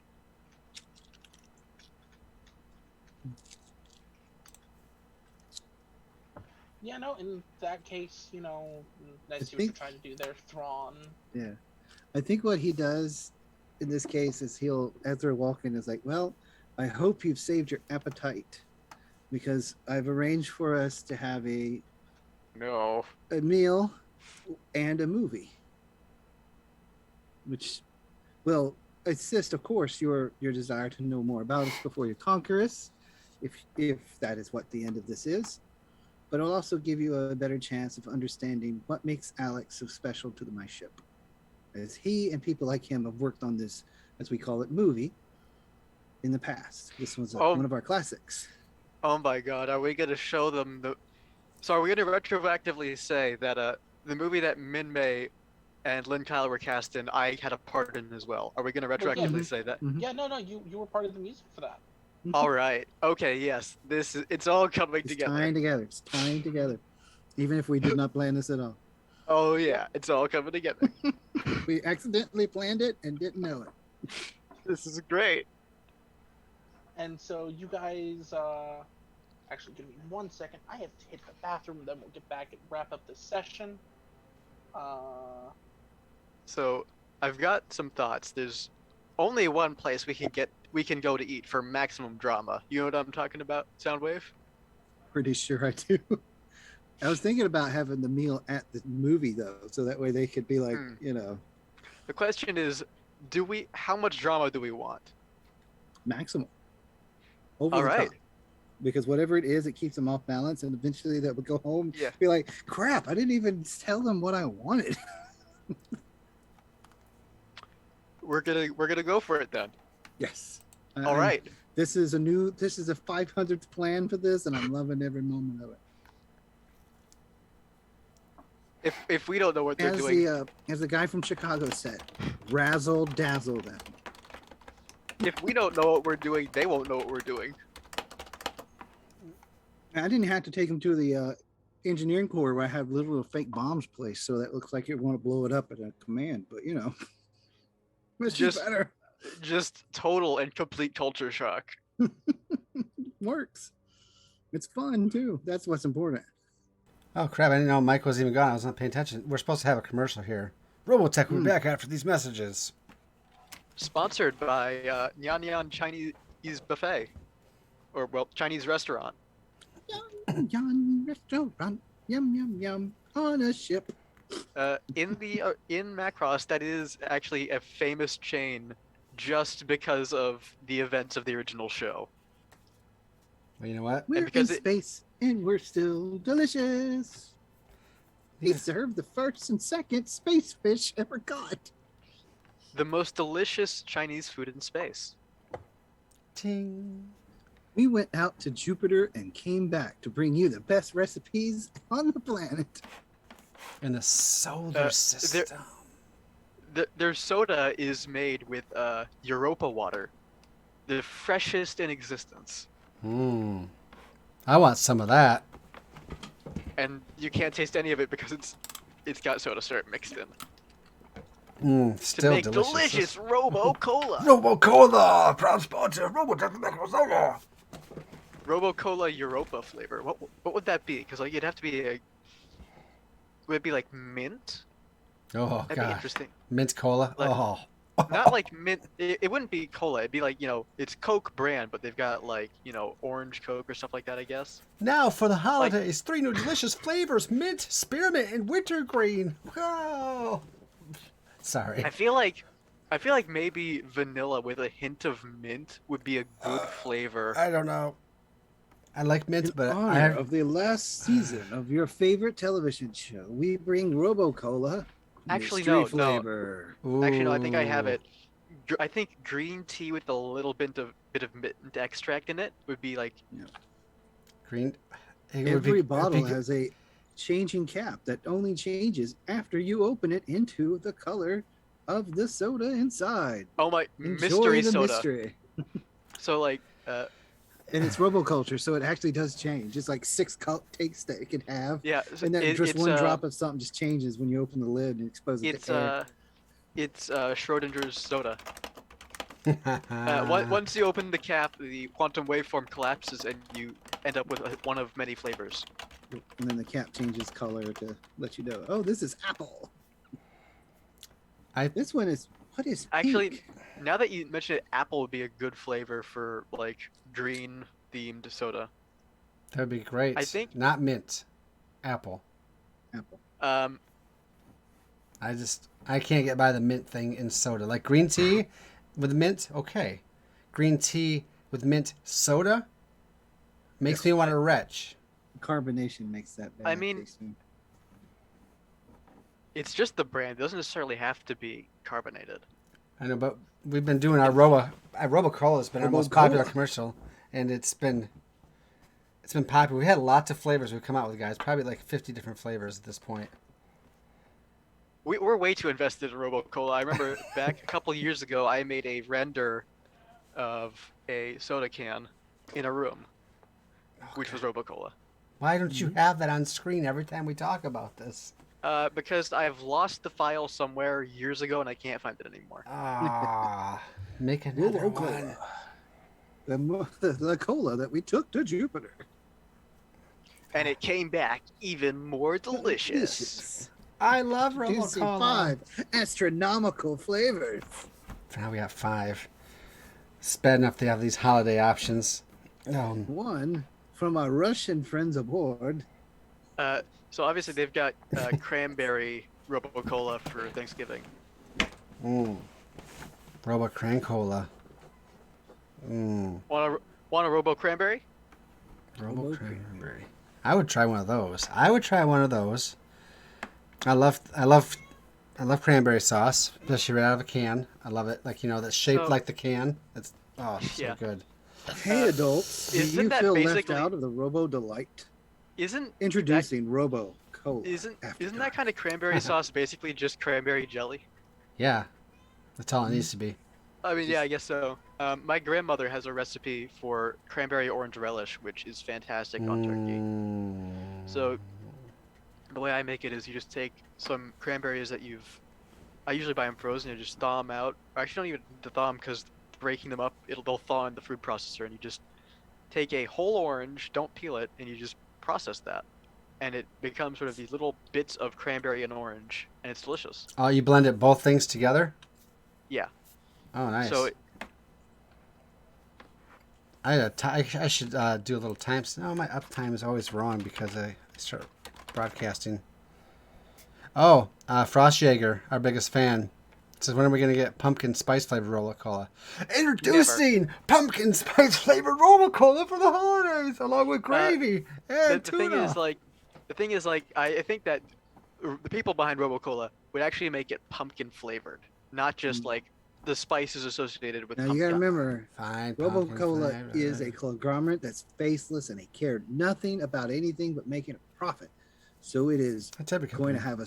have a commercial that's these girls in the equivalent of Uggs for this universe. And be walking out, they're gonna be sipping on something in this koozie, and they'll be like, I don't know, girls. So wait, hold on. It's just not fulfilling as it used to be. This pumpkin spice latte from Space Bucks. It's just no longer as good as it used to be. And then there's gonna guy walk out this really cheesy dress with a big mustache and beard, because that's what I'm wearing right now. He's like, hey ladies, how don't you step up to some Robo P? And they're like, what's that? It's like, it's Robo Pumpkin and Spice. Oh, So important question: I'll try this this. like, is this a soda or is it a soft drink that like? Because I can picture Robo Pumpkin being served warm, maybe. It is. Like almost like a apple cider with some pumpkin notes, maybe. It would be that. It'd be 100% pumpkin real spice. You know. pumpkins. Pumpkin spice apple cider. Oh, that Yeah. sounds actually really good. So it's going to be a little mix because the apple's in there to keep it, because for some reason it doesn't stay in a can unless you put the apple acid in there Well, with it. It's So also gotta hit to the acid. it's also to like they just switched the production lines for Thanksgiving, so Yep. like in that They don't they even have to just- do anything. They just throw they another just- color. they just inject a little bit of pumpkin spice into the existing apple cider production line. Yeah, and behind the scenes, it's actually leftover from Starbucks. Some of the bought It- out Space stock. Bucks. It Space uses leftover stock of pumpkin spice syrup. Yeah. Mm. It would have gone on some donuts or something. We've entertained ourselves, Mike, while you've been gone. Yeah, I know. I've We been have- listening. we have- I really think you guys missed the whole thing of Robo-Cola's pumpkin spice is going to be made with 100% real pumpkins. See, I don't know. that's an asterisk. Space pumpkins.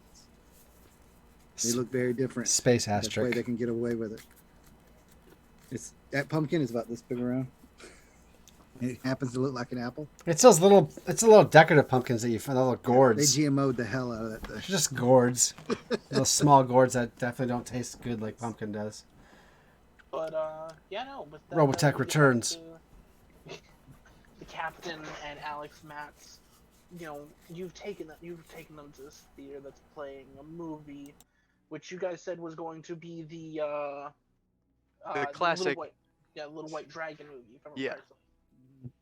And showing off, which it's this wuxia kind of film. It's obviously it's martial arts, swords and stuff, but there's also magical powers because Lynn Kyle, who's playing the lead actor, sails to this island and along with this group of people hunting the mysterious disappearance of the princess.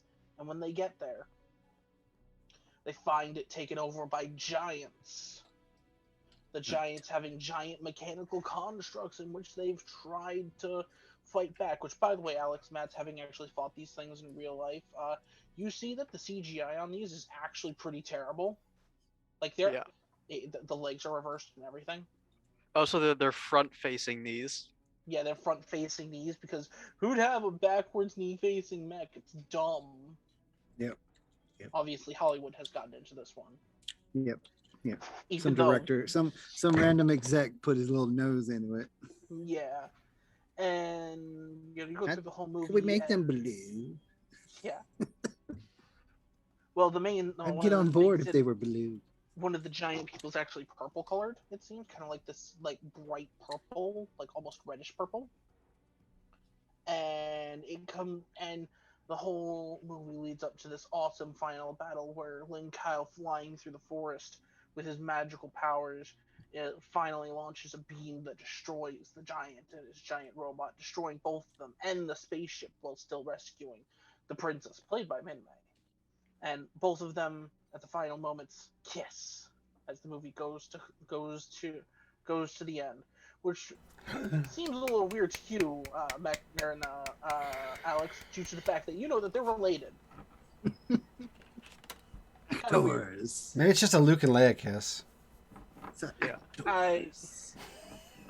I mean, for all it's still for, It was also Alex's fiance at some point. like, for all we know, the Kyle last name could also just be like a cover name. We literally have no idea. I don't even care. But yeah, and of course you guys brought in food. You guys had food brought in, especially done from one of the local restaurants Fancy. sponsoring the movie. I'm assuming you got did you go with any of the specific restaurants or? We were gonna go to the Chinese cafe. From- Yes. So the Chinese, so the With the appropriate cultural items to eat with, so it's even more awkward for the uninformed. So you have it all brought into the theater, and they've like actually cleared out a section of the theater for you guys to actually be able to dine in while you Yeah. do this. The entire theater itself is basically rented out by you, which costs a pretty penny counted. Luckily, your pension's doing pretty well. I could spend it all here, probably. Not gonna need it. But eventually, you guys, the food's brought in the middle of the movie, and they're kind of like looking over this, and they're kind of poking at it, and Sistine kind of looks over at you, Alex, and she's still sitting right next to you, though she's put a little bit of distance between you and her right now. And she goes, are these your form of ration bricks? Something like that. I think you'll really like them. And she'll kind of sniff and eventually take a bite, and you very quickly afterwards, she starts just chowing down into the food. How wide do her eyes go? Wider than the dinner plates. And Oberta, seeing that her one of her spies hasn't just keeled over dead from poisoning, slowly starts picking at it. Though while she does seem to like it, she's much better at controlling herself. Yeah. Yep. And it does take them a little bit of time, but Oberta herself quickly adapts to using the chopsticks. Meanwhile, Sistine does the classic: you stab it with the chopsticks. It's the warrior of no patience, Yes. which is funny because she's a spy. Now, what are these? Because this is definitely not something that I could say is familiar to us. What do we get them? I'm obviously assuming we've got some kind of noodle in here, like Yeah. lo mein, I think. Definitely lo mein because it's the easiest thing to put anything else on top of. It's just noodles. I'd you say know what, just chicken because it's easy. Being a warrior culture, I think they'd like those. This is an American fast Chinese thing, but like those little meat on a skewer things. Mm-hmm. Yeah, like kebabs. Yeah. The chicken and meat or the The steaks. kebab is only one piece of meat on there. It's just a very large piece of meat. Oh, the chicken satay style with a big piece of Yeah. chicken. This is an example of one of the many cultures on our planets. They use these type of utensils versus what my culture used, which was a flatware, we called them. And they're eating through this, and of course, because the Chinese, because the one Chinese food place on the ship is being called Min Mei, and Lin Kyle are both there as representatives from the movie, and that stuff. And they're kind of looking at you, Alex Metz, like, what the hell are you doing? I give them like the hint of trust me. They kind of nod, and They're kind of staying away from this, not far enough away that you think they're going to Valkyrie you, but at the same time, it's, not close enough to be engaged in the conversation. Yeah. And the dinner seems to go on for a while before eventually, for the most part, they've stuffed away most of the food. And at this point, Sistine, dives into one of the many bags that she's still carrying with her, and pulls out like this, obviously Zentradi, sealed bag. It's kind of silvery, like almost an MRE cake, like on those MRE packs. Yeah. With the big Zentradi logo on the side of it, and then one of the fleet itself, and they open it up and pull out basically this brick, like solid brick. This is like probably Protein bar. solid bean extract or something like that. It's protein. That's all I'm gonna say. It's labeled protein. It is absolutely 100% not made with recycled Zentradi bodies. Or recycled micron. Define recycled. But Delicious. It was made to be this way from the womb of its own creator. Blech. Oh, you didn't have to go there.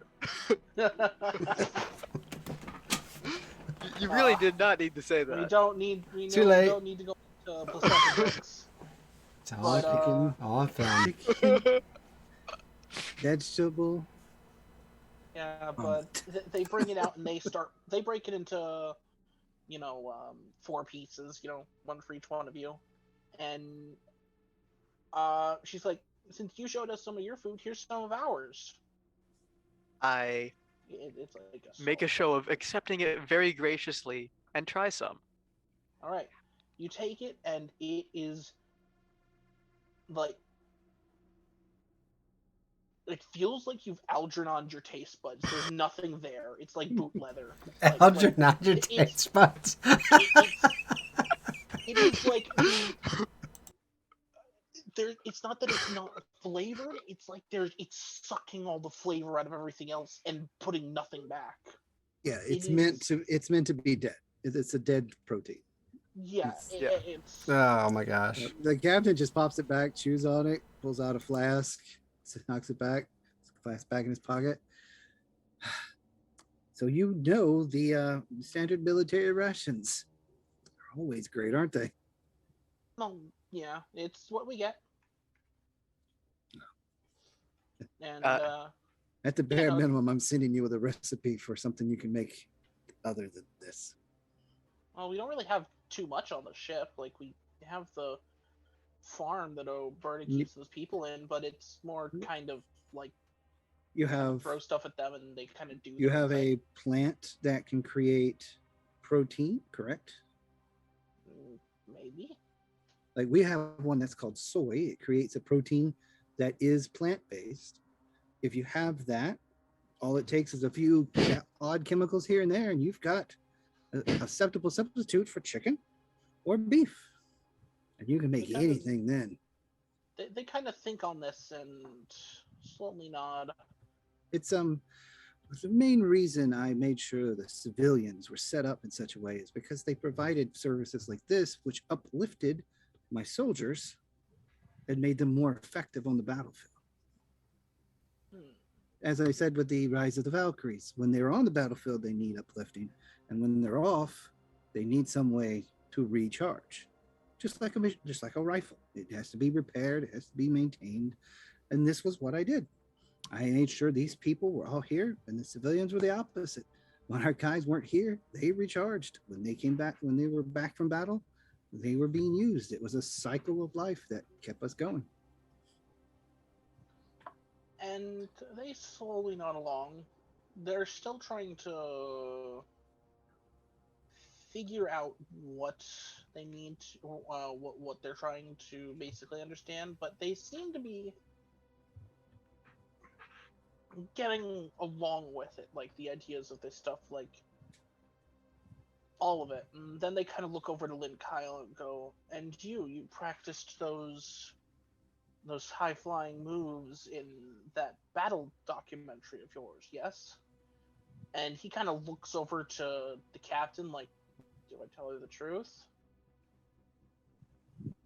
He nods. Well, and he stops for a second like he's thinking. You see, that was...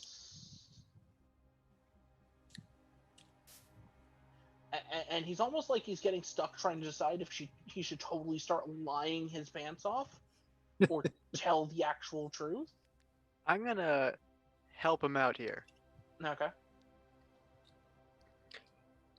Like much of our culture and our stories, that documentary was somewhere between fact and fiction.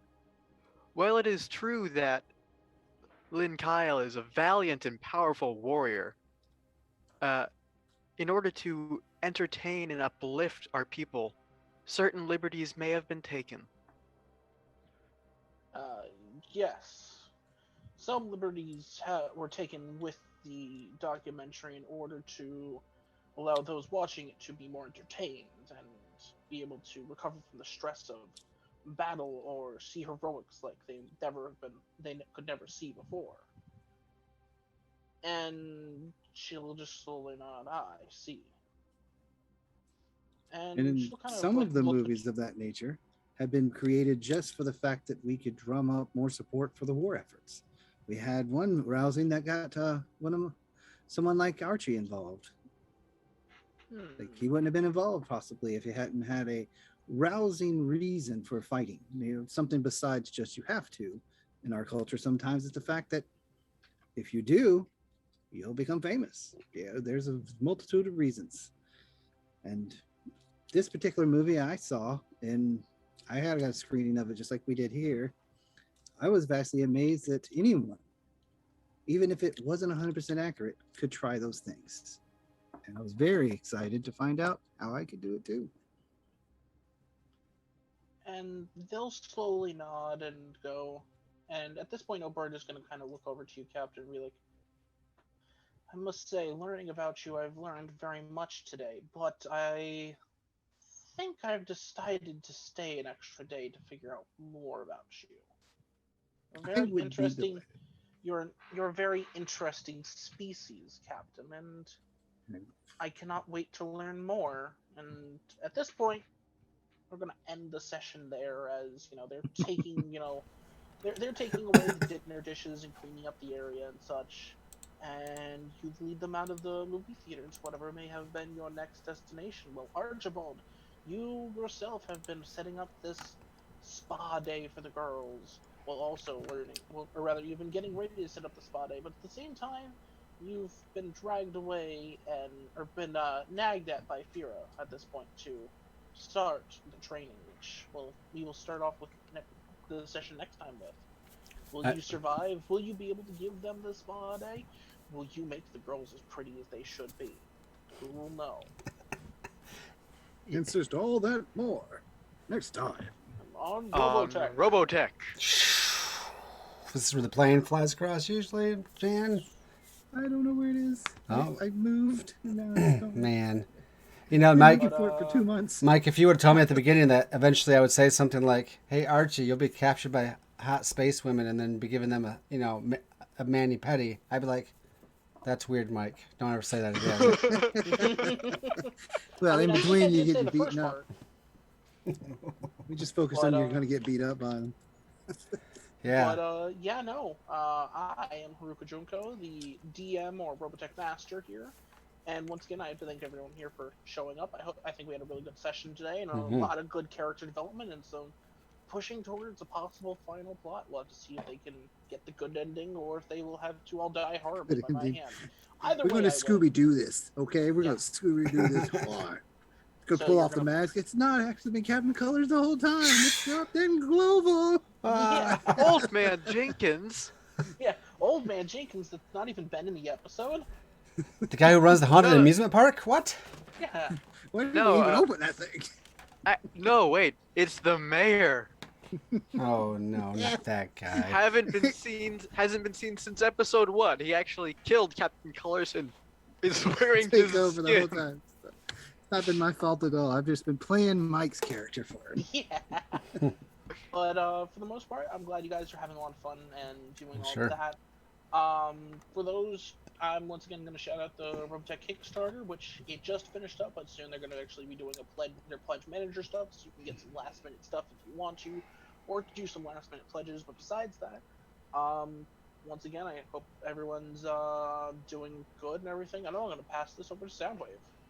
Hi, I'm Soundwavesghost. I co-GM'd on this game, not on this game, but on this channel on the opposite Tuesdays once upon a time, and eventually that will come back with a new game that's somehow related to something over my shoulder, but I'm not going to just say it outright.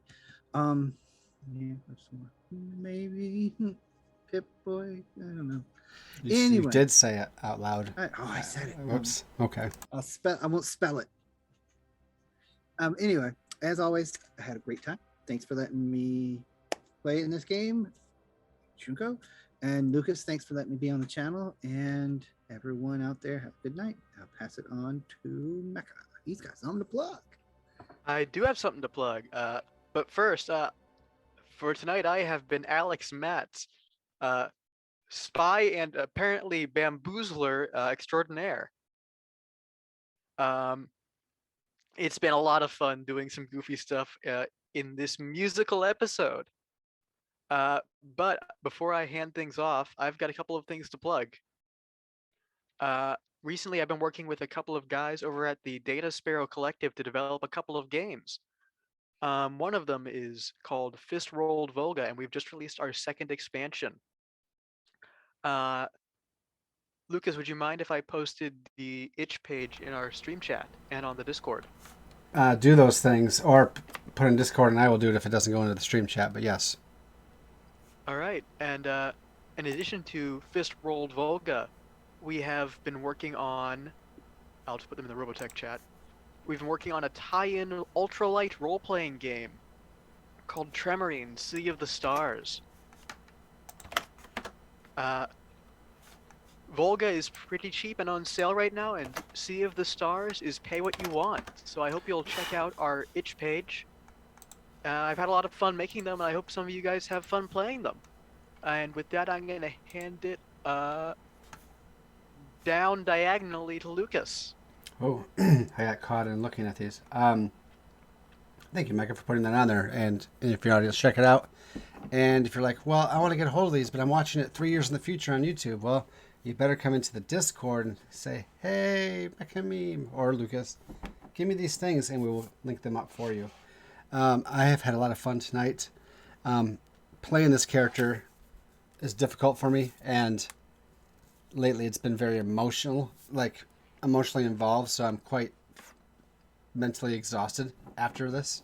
Even like with 20 minutes on, and then Mike goes to the other guys, I'm like, whew. And then he's like, hey, it's back to Lucas, and I am exhausted again. Or I'm like, oh no. I actually have to think. Mike, I don't play role-playing games to think, just so you know. You run them to think. I know. But no, I've had a great time. It's been a good, no matter what the ending, it's going to be a good ending, a good culmination. So I can't wait. And actually, since we don't have any other Tuesday games right now, I've talked to the guys, and we're going to try. Well, I'm not going to rush it and push it because I don't want to do that. I want it to be a good, organic ending. But we are going to just do every Tuesday until pretty much we're done. So we should be back next week, all things considered, and then the week after would be right before Thanksgiving. And if for some reason we're not done then, we'll come back after the holiday, but we'll be obviously finished before Christmas. So I think We haven't contaminated all of their culture by then. We're just doing it wrong. I know that. I mean, I think You've even gotten the captain into this, and he's not a actually jovial person. He just pretends to be one, but now he's getting into the swing of things too. I've had no plan. It just seems like we had the same plan going on in two different locations, but we didn't really talk about doing this together. It's just kind of is. We're smart. It's That just was, coalescing. Yeah, that was definitely planned. 100%. Oh, I mean, yes. I'm It's working a lot better than possibly threats would be, so it's doing great. I mean, I was I was totally wrong. Yes, we planned it off in the beginning. Yep. Actually, A1. we have scripted a lot of conversations in this one, but this has all been improv, so it's been pretty good. So, anyways, I'll stop talking now. But thank you so much, players, for playing, Mike for running, audience members here in the chatter. We do appreciate your support, and that also is financially. If you have a chance, now I know everybody out there has Amazon Prime, which means you get one free Twitch subscription a month. You haven't spent it yet this month. That means you need to spend it here. It's pretty easy. Hit subscribe. Hit Twitch. The Twitch free one. Twitch Prime. I'm sorry, Amazon Prime one. And give it to good old Lucas. Twitch Amazon Prime. Twitch Amazon Prime. It all goes right back to the channel, improving lights, sound, buying PDFs for games, and all kinds of material. And maybe eventually new cameras and microphones for some of my players. That would be great. I know there's a couple people out there I'd like to help out with some equipment. So anyways, if you can consider donating, tipping, cheer bidding to affect the game, we would appreciate it. So that's just my spiel. That's all I'll do for now. I think that's it, Mike. And we'll see you guys next week. Come back this Thursday. 2 of these 3 guys will be back for Band of Blades as we are in the middle of some deep, deep doo-doo off our Halloween episode last time. So we'll be back for the Band of Blades, our dark military fantasy. We've had a lot of fun there. We may or may not have our 5th player. We'll find out. And then Sunday for the Song of the Bone Kings. And we'll see you back next Tuesday for Robotech, the MACROSS Saga. All right, we're out. Until next time, have a good night. God bless and good gaming. We will see you guys later. Thank you very much. Peace.